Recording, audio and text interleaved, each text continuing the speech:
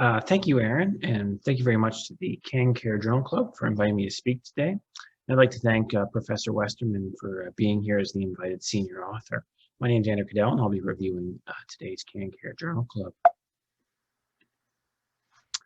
The topic of today's Journal Club relates to cardiogenic shock, and as everyone here is aware, despite the advances we've made in contemporary shock management, the mortality remains quite high, typically quoted as around 50%. We've got good evidence in terms of revascularizing acute myocardial infarction causing cardiogenic shock, but outside of that, there's really not that much that we have in terms of evidence for therapy with hard clinical outcomes. And as a result of that, in the last 5 to 10 years, there's really been a shift in focus to potentially offering mechanical circulatory support. Issues that remain with mechanical circulatory support in cardiogenic shock remain the heterogeneous population you're looking at, the real paucity of randomized controlled trial evidence, and evidence that frequently uses hemodynamic endpoints as opposed to clinical outcomes.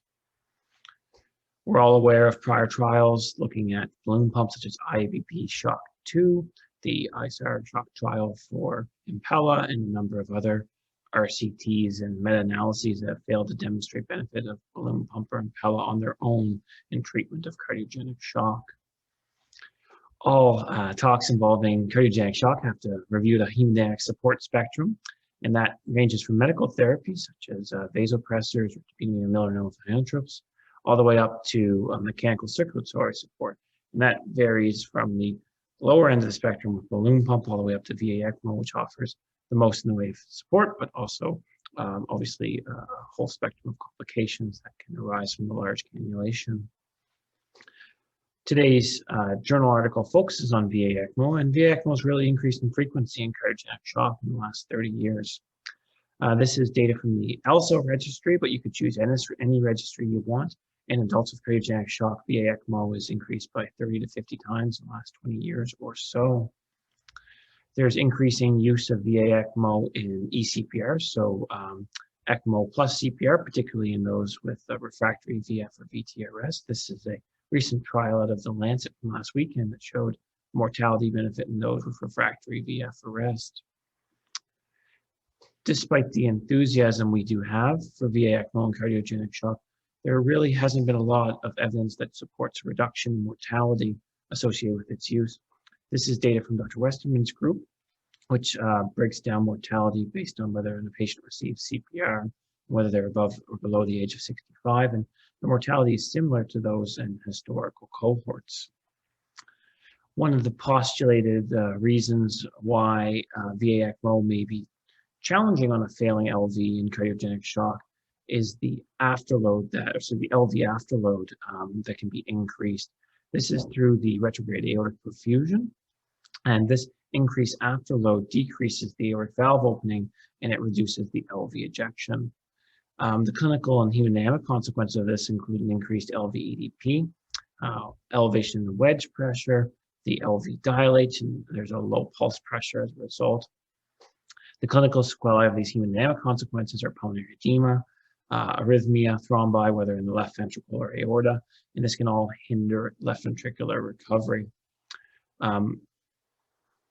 LV unloading is not a new concept. Prior strategies that have been used include medical management, particularly use of Miller-Known, diuresis or CRRT for fluid management. You can use do surgical venting, such as putting a cannula in the left atrium, and there are active strategies such as LV unloading with the balloon pump, but this really hasn't borne out in clinical trials to improve mortality. Perhaps as a result of this, Impella with VA ECMO has renewed enthusiasm in the last 5 to 10 years as a mechanism to unload the LV, and this strategy is termed ECMella. On this slide, you can see a number of small studies, 66 patients, 157 patients, 106 patients in the lower trial, with about half of them in each trial having the ECMella therapy, which seem to be associated with improved clinical outcomes. It's worth noting that these are largely retrospective. These are largely small trials, so there was really a paucity of evidence outside of this registry trial that showed benefit of ECMella. You can also see that Dr. Westerman's group has been responsible for a lot of the evidence that we do have. That leads us to today's article, which looks at left ventricular unloading in cardiogenic shock patients treated with VA ECMO. Professor Westerman's primary question was whether the use of LV unloading in cardiogenic shock treated with VA ECMO had a substantial decrease in 30-day all-cause mortality.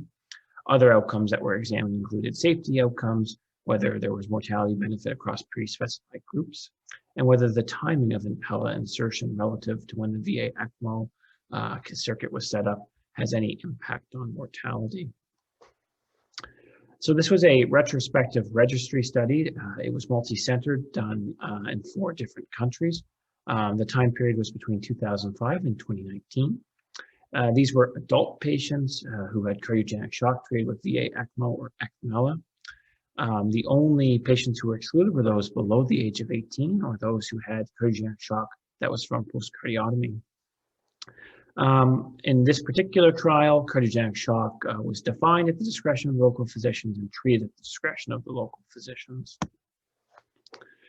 Statistical analysis included unmatched data, and then Cox regression models and a 1-to-1 propensity score matching was done to compare VA ECMO and ECMELA patients.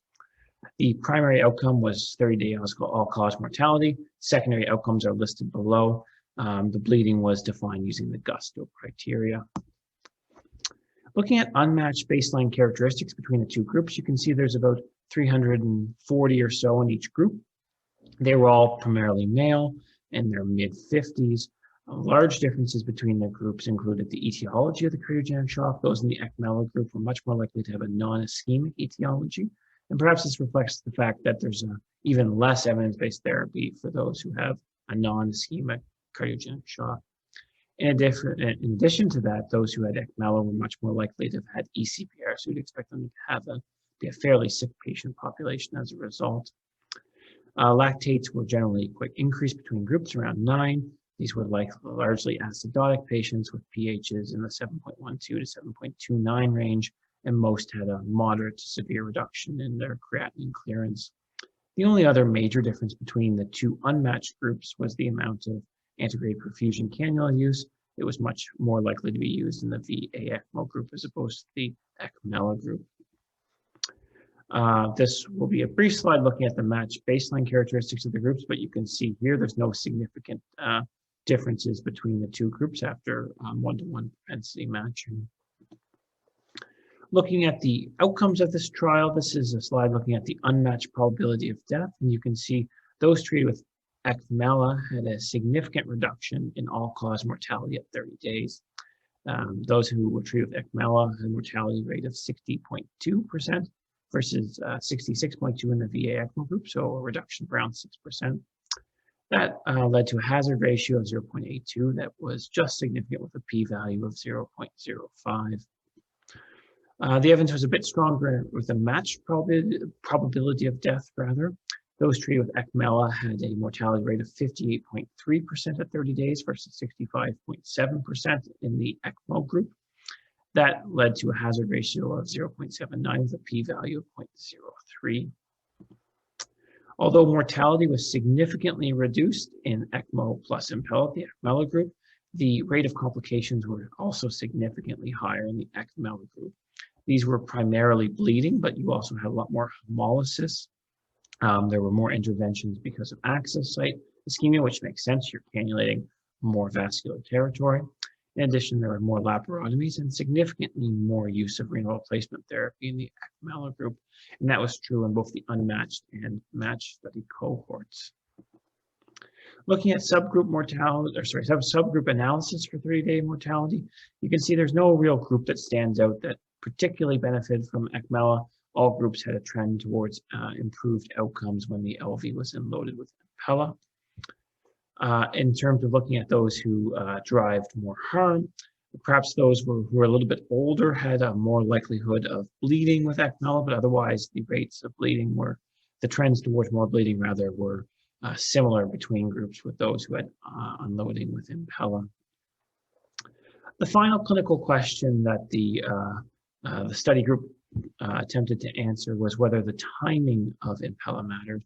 One caveat to this data is the small sample sizes. We're looking at the matched population and then dividing them based on the time of Impella. So those who had it early were represented around 250 patients, and those who had it later represented around 80 patients.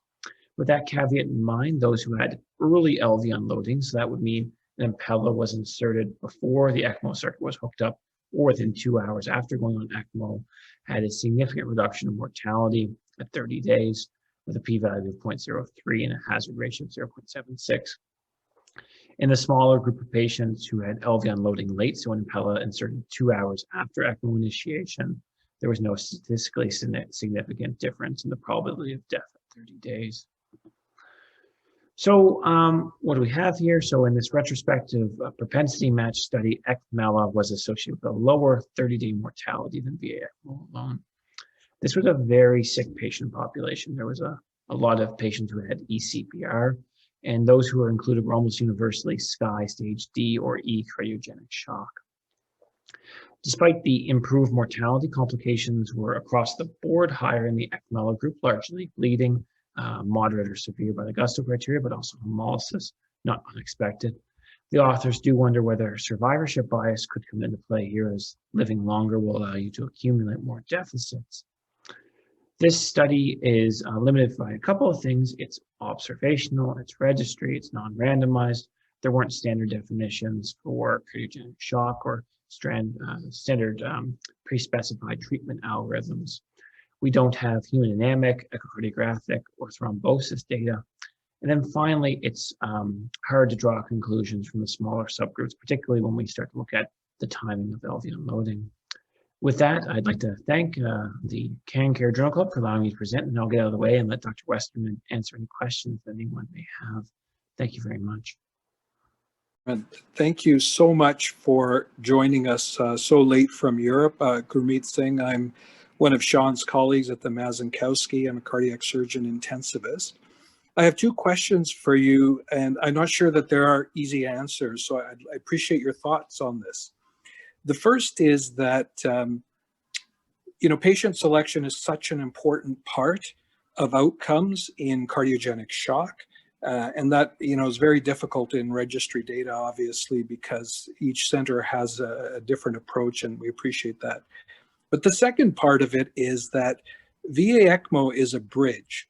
And so different centers have different targets, different triggers, and different timing of switching over to the next form of MCS. Some will move more quickly to intermediate, some will wait longer, and then patients will either fall off or they'll go to durable devices.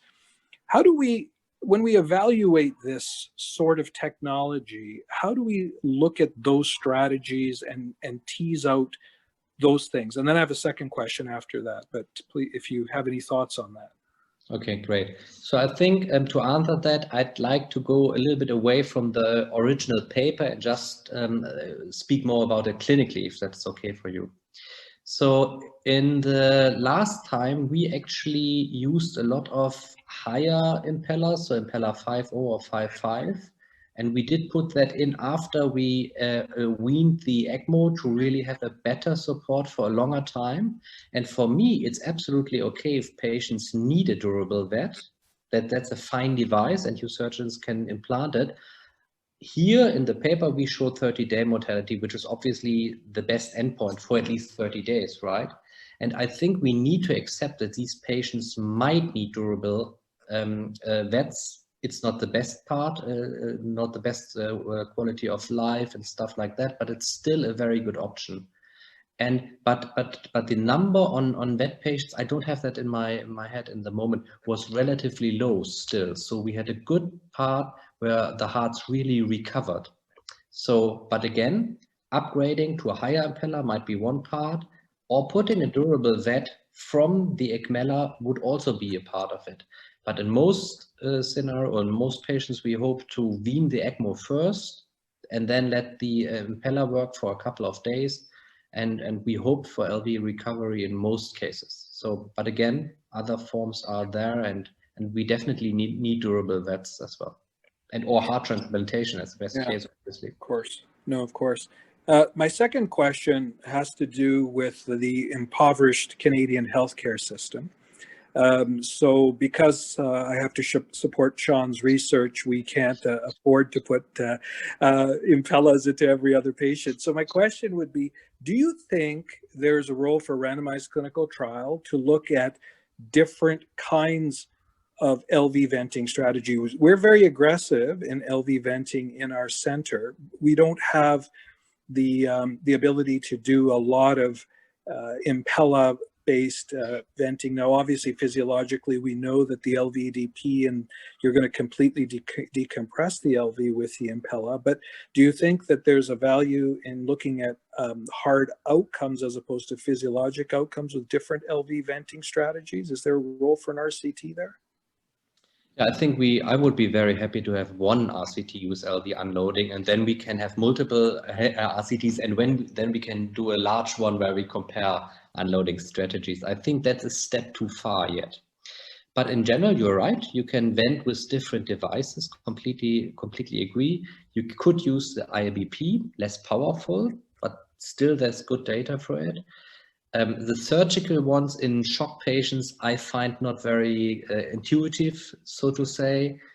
The tandem heart cannula and the LIA could be one part of it, and just putting a large catheter in the LV and connect it to the venous cannula of the ECMO might be another way that it really drains the LV. But for me, the Impella is the most logical next to the price, or despite the price, the most logical step, because it's the most powerful device.